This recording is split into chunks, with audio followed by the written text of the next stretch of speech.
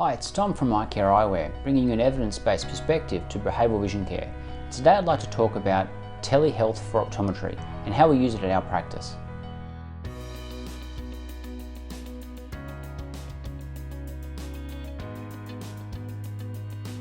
Recently, I conducted my first optometric consultation using video conference.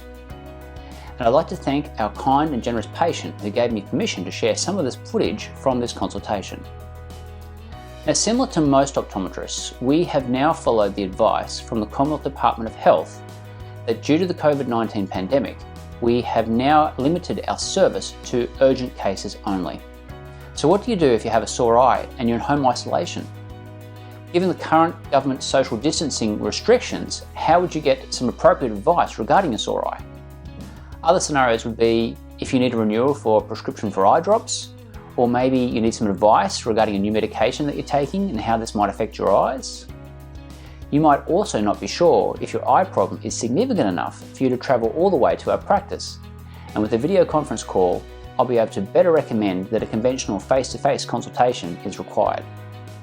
So this is why we've introduced video conferencing, so that we're able to provide virtual eye examinations without the need for you to physically be present in our practice. At our practice, we've been using electronic forms of communication for patients for many years, including messaging systems like email and Facebook Messenger. Video conferencing is really just an extension of these communication methods. If you're interested in this service, please get in contact with our reception, who will confirm that you would benefit from a video conference call. We'll then invite you to use our service by sending you a message on Messenger and requesting that you complete the pre-appointment booking form. This form enables you to provide information such as your Medicare card details, in addition to the acknowledgement of the capabilities of this service, the levels of privacy of your patient information, and the billing options.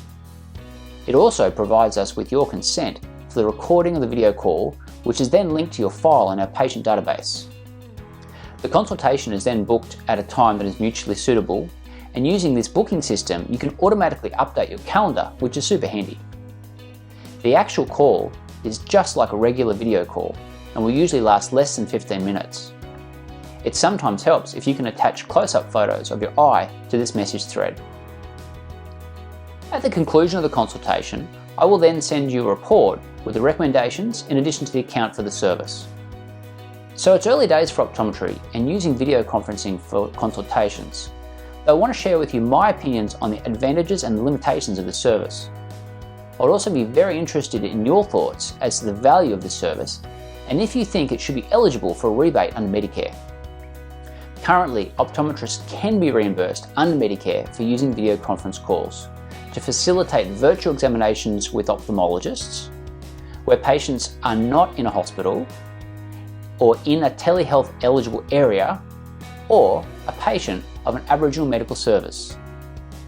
This is, of course, very limiting, which means that even a regional-based optometrist like me has never had the opportunity to include this in our scope of practice. Most of the limitations of this type of service are obvious. There is a significant reduction in the scope of practice as we are unable to use our equipment to examine patients. This will also lead to recommendations for the need for further testing, which might make an initial consultation via video conferencing somewhat redundant.